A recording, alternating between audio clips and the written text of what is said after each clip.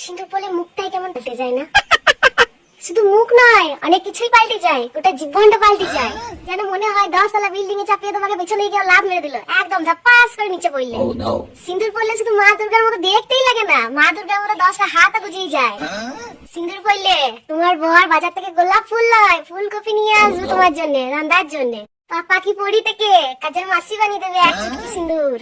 সিঁদুর পরলে কি করে ঝাড় দিতে হয়, কি করে বাসন মাজতে হয়, কি করে ঘর মুছতে হয়, কি করে ছেলে মানুষ করতে হয়, সব শিখে যাবে।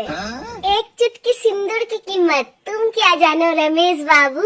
সত্যি বটে, রমেশ বাবু কি করে জানবে? জানবে তো তুমি। সিঁদুরটা পরো আগে। সিঁদুর পরার পর জানতে পারবে তুমি একটা নতুন কলেজে ভর্তি হয়েছো।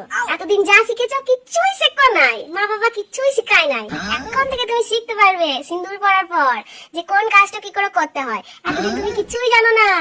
সব থেকে বড় ব্যাপার, সিঁদুর পরার পর হ্যালো মিস থেকে হ্যালো বৌদি হয়ে যাবে।